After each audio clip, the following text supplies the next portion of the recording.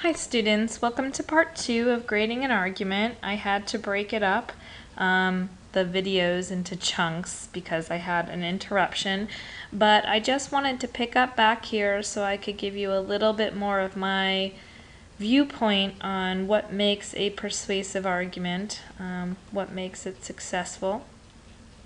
And we had left off, I believe, talking about how the writer had shifted, how she was talking about the benefits to children and to mothers themselves with paid paternity or paid maternity leave.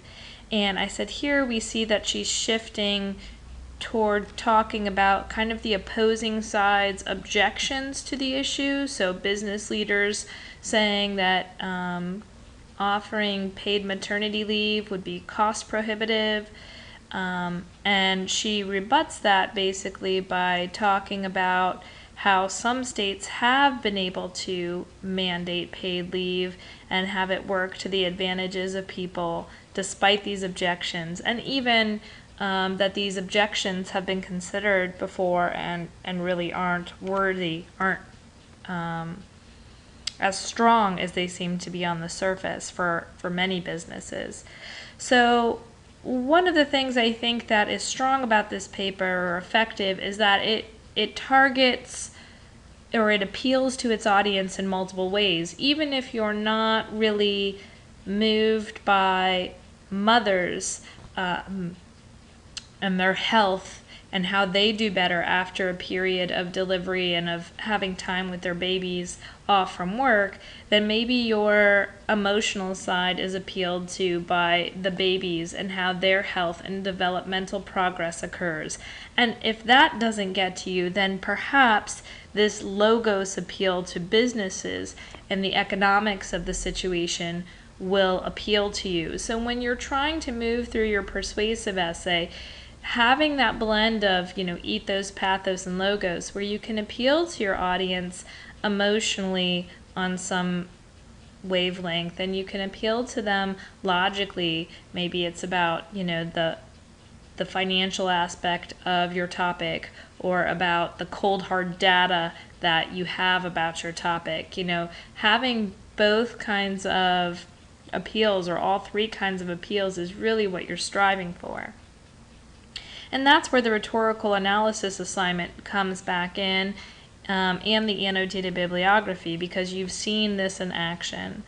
So she talks about California and uses it as an example about how they have a paid family leave system, and it covers not only maternity leave, but leave for adoption, foster care, seriously ill family members, and it talks about how that works, that the money's pooled out when a worker files a claim. So people pay into this system, throughout their working lives, almost like Social Security, and then they get it back, so it's not such a hardship on the businesses.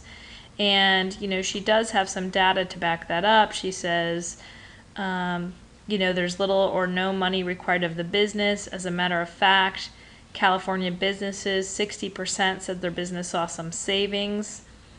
And then she says, here's another objection. Even if it's not a monetary objection, some people say, well, we don't want to give paid leave because then people are less productive, or we have staffing issues. But she addresses that the survey found that, that paid family leave didn't have any impact on productivity, or if anything, it had a positive impact on it. So she really is aware of the objections her audience might make.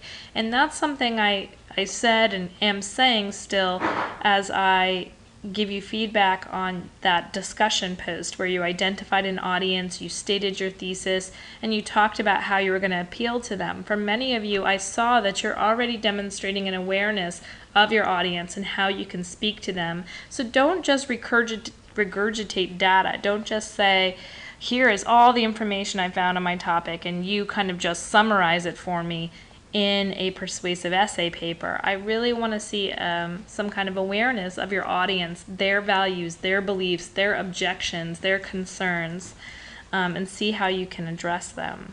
And that's why I need the first page, that rhetorical context page where you identify your audience, so I can better assess whether or not you demonstrate an awareness of their concerns. So going back here, as I said, I'm not going to read the whole essay. We talked about that and the productivity. And then she gives a timely example of a well-known business, Yahoo, and how the CEO of Yahoo dealt with her own childbirth and maternity leave, and then her, after going through that herself, her kind of subsequent judgment to offer 16 weeks paid maternity leave and a $500 bonus to help defer some of the costs for caring for a newborn. So I think what this does to the reader is it says, wow, Yahoo's a really well-known and well-respected business, so if they're doing this, it does kind of appeal to our logical side to say maybe other businesses should do this too. Maybe they should follow suit.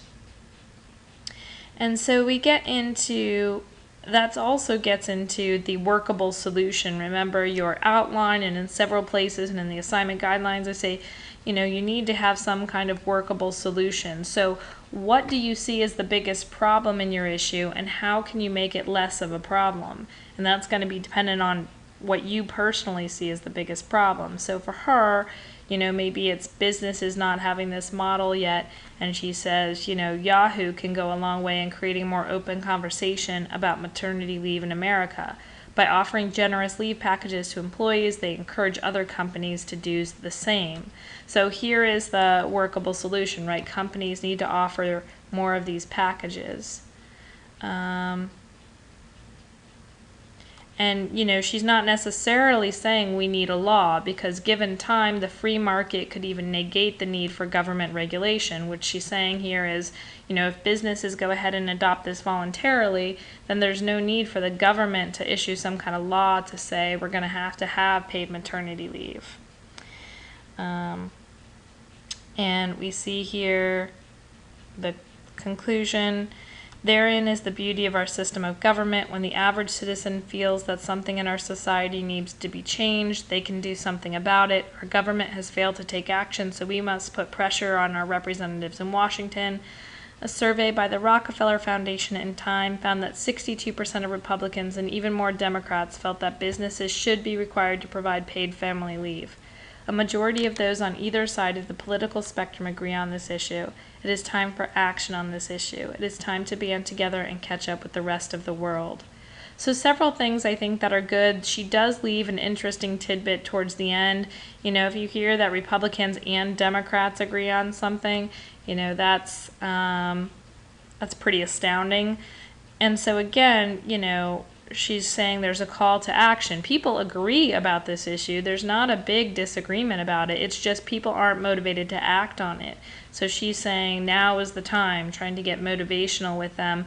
And then this last line, it is time to band together and catch up with the rest of the world. That harkens back to her intro, her first line, where she compared the United States to other countries and brings the reader full circle. So it does give the reader closure. My only problem here is that, you know, when I say 6 pages, I usually mean a full 6 pages. I feel like she could have met that page count a little bit better here instead of stopping at the, you know, 1/3 of page 6. But everything else looks good. Her works cited page looks good. Her, you know, citations look good. Everything that's cited in text is given credit, and it all appears on her works cited page. Her entries are all correct, so this is a pretty good model to follow. There are some others that I've posted online. Please let me know if you have any questions about them or about your own essay. We will have a rough draft discussion post just like we've had for our other assignments, where I will give feedback and your peers will give feedback on part of your assignment. You can also go to the Learning Center, and I'm more than happy, if you want more in-depth feedback, to meet with you during my office hours, virtual or face-to-face, and give you a little bit more feedback on your essay. So don't hesitate to ask for that kind of guidance if you'd like it. All right, thank you.